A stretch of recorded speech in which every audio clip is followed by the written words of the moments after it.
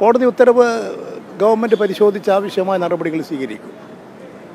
ഒരാളുടെയും വിശ്വാസത്തെയും ആചാരങ്ങളെയും അനുഷ്ഠാനങ്ങളെയും ദുർബലപ്പെടുത്താനോ തകർക്കാനോ ഈ ഗവൺമെൻറ് കൂട്ടുനിൽക്കില്ല. ലക്ഷക്കണക്കിന് വിശ്വാസികളുടെ ഒരു ആരാധനാ കേന്ദ്രമാണ് ശബരിമല ശ്രീ അയ്യപ്പ സന്നിധാനം. ആ ശബരിമലയെയും ക്ഷേത്രത്തെയുമെല്ലാം അങ്ങേയറ്റം അപകീർത്തിപ്പെടുത്തുന്ന, കളങ്കപ്പെടുത്തുന്ന നടപടികളാണ് ഇപ്പോൾ കണ്ടുകൊണ്ടിരിക്കുന്നത്. ഇത് സംബന്ധിച്ച് ഗവൺമെൻറ്റും ദേവസ്വം ബോർഡും ഒക്കെ ശക്തമായ നടപടികൾ സ്വീകരിച്ചു വരികയാണ്. അന്വേഷണം നടത്തിക്കൊണ്ടിരിക്കുകയാണ്. കിട്ടാവുന്നിടത്തോളമുള്ള തെളിവുകളെല്ലാം ശേഖരിച്ച് ഇത്തരത്തിലുള്ള എല്ലാ നടപടികളെയും ഒരഴിമതിയും കേരളത്തിൽ വെച്ച് പൊറുപ്പിക്കില്ല. ആ നിലപാട് സ്വീകരിച്ചുകൊണ്ട് ഗവൺമെൻറ് പ്രവർത്തിക്കും. ഒരു കുറ്റവാളിയെയും രക്ഷപ്പെടാൻ ഈ ഗവൺമെൻറ് സമ്മതിക്കില്ല. അതാണ് ഈ ഗവൺമെൻറ്റിൻ്റെ നയം. അത് കൂടുതൽ ശക്തമാക്കും എന്ന് തന്നെയാണ് ബഹുമാനപ്പെട്ട മന്ത്രിമാരും മുഖ്യമന്ത്രിയെല്ലാം പറഞ്ഞു കഴിഞ്ഞിട്ടുള്ളത്.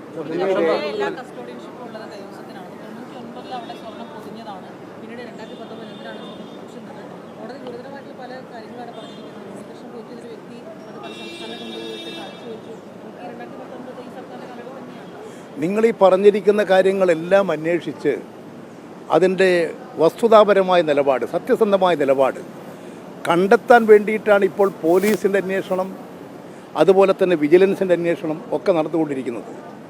പല ഏജൻസികളും അന്വേഷണം നടത്തിക്കൊണ്ടിരിക്കുന്നുണ്ട്. അതിൻ്റെ എല്ലാം ലക്ഷ്യം നിങ്ങളീ പറഞ്ഞതാണ്.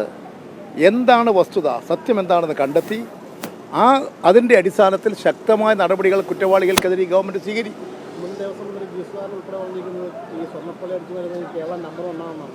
ഓരോരുത്തരും പറഞ്ഞതിനൊന്നും മറുപടി ഞാനില്ല. ഇതിൽ ഈ ദേവസ്വം മന്ത്രിയും ദേവസ്വം പ്രസിഡന്റും ഒന്നും അറിയാതെ ഉദ്യോഗസ്ഥർക്ക് എങ്ങനെയാണ് ഈ സ്വർണം കടത്താൻ പറ്റും? ഈ എല്ലാ കാര്യങ്ങളും അന്വേഷണം നടക്കുകയില്ലേ? അന്വേഷണം നടക്കുമ്പോൾ നമ്മളത് സംബന്ധിച്ച് ആ അന്വേഷണത്തിൽ ഇടപെടുകയും കമൻ്റ് പറയുകയും ചെയ്യുന്നത് യഥാർത്ഥത്തിൽ അന്വേഷണത്തെ വഴിതെറ്റിക്കും. ഈ ദേവസ്വം മന്ത്രിക്ക് രാജിവെക്കണം എന്നാണ് പ്രതിപക്ഷം ആവശ്യപ്പെടുന്നത്. പ്രതിപക്ഷത്തിൽ എന്തോ ആവശ്യപ്പെടാമല്ലോ. ഇത്രയും നാൾ പ്രതിപക്ഷം എവിടെയായിരുന്നു? ഈ പറയുന്ന പ്രതിപക്ഷം ഇതിപ്പോൾ ഈ അയ്യപ്പ സംഗമം നടന്ന് അയ്യപ്പ ക്ഷേത്രവുമായി ബന്ധപ്പെട്ടുകൊണ്ട്, ശബരിമല ക്ഷേത്രവുമായി ബന്ധപ്പെട്ടുകൊണ്ട് ഒരു ലോകത്തിൻ്റെ മുമ്പിൽ തന്നെ കേരളം ഒരു പുതിയ ഉയർച്ചയിലേക്ക് വന്നു.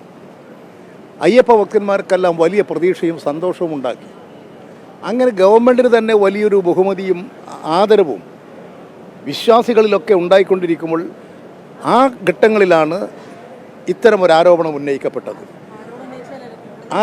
അത് കോടതി കണ്ടെത്തി അതിൻ്റെ അടിസ്ഥാനത്തിൽ ചില വെളിപ്പെടുത്തലുകൾ വന്നത്. ആ വെളിപ്പെടുത്തലുകളുടെ അടിസ്ഥാനത്തിലാണ് പിന്നീട് അന്വേഷണം നടന്നത്. അതിപ്പോഴാണ് നമ്മുടെ മുമ്പിൽ വരുന്നത്. ഇത് സംബന്ധിച്ച് എല്ലാ അന്വേഷണങ്ങളും നടത്തി എല്ലാ വസ്തുതകളും പുറത്തു കൊണ്ടുവരും. അതായിരിക്കും ഗവൺമെൻറ്. ഈ ഉണ്ണികൃഷ്ണൻ പോറ്റിയുടെയൊക്കെ സംരക്ഷകരാരാണ്? കാരണം ഇത്രയും നാളുകളായി സജീവമായി തന്നെ ഇവിടെ നിൽക്കുന്നു. അത് LDF ആണ്, CPM ആണെന്നൊക്കെ ആരോപണങ്ങൾ UDF. ഈ കാര്യത്തിൽ എന്നേക്കാളും അന്വേഷണാത്മകമായ പ്രവർത്തനം നടത്താൻ നിങ്ങൾക്കാണല്ലോ സാധിക്കുക. നിങ്ങൾ നല്ല അന്വേഷണാത്മകമായ പത്രപ്രവർത്തകരാണ്. നിങ്ങൾ കണ്ടെത്തൂ.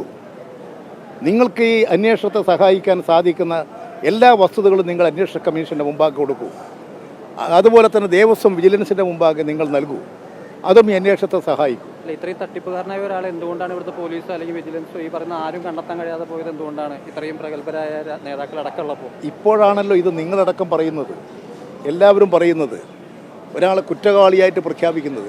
ആ കുറ്റവാളിയായിട്ട് ഇപ്പോഴാണ് രംഗപ്രവേശനം ചെയ്യുന്നത്. അതിനു മുമ്പ് ഗവൺമെൻറ്റിന് എന്തെങ്കിലും ചെയ്യാൻ പറ്റുമോ? 2019 ഗവൺമെൻറ്റിൻ്റെ മുമ്പാകെ പ്രശ്നം വന്നു, ദേവസ്വത്തിൻ്റെ മുമ്പാകെ പ്രശ്നം വന്നു. അവർ ശക്തമായ നടപടികൾ സ്വീകരിക്കുന്നു.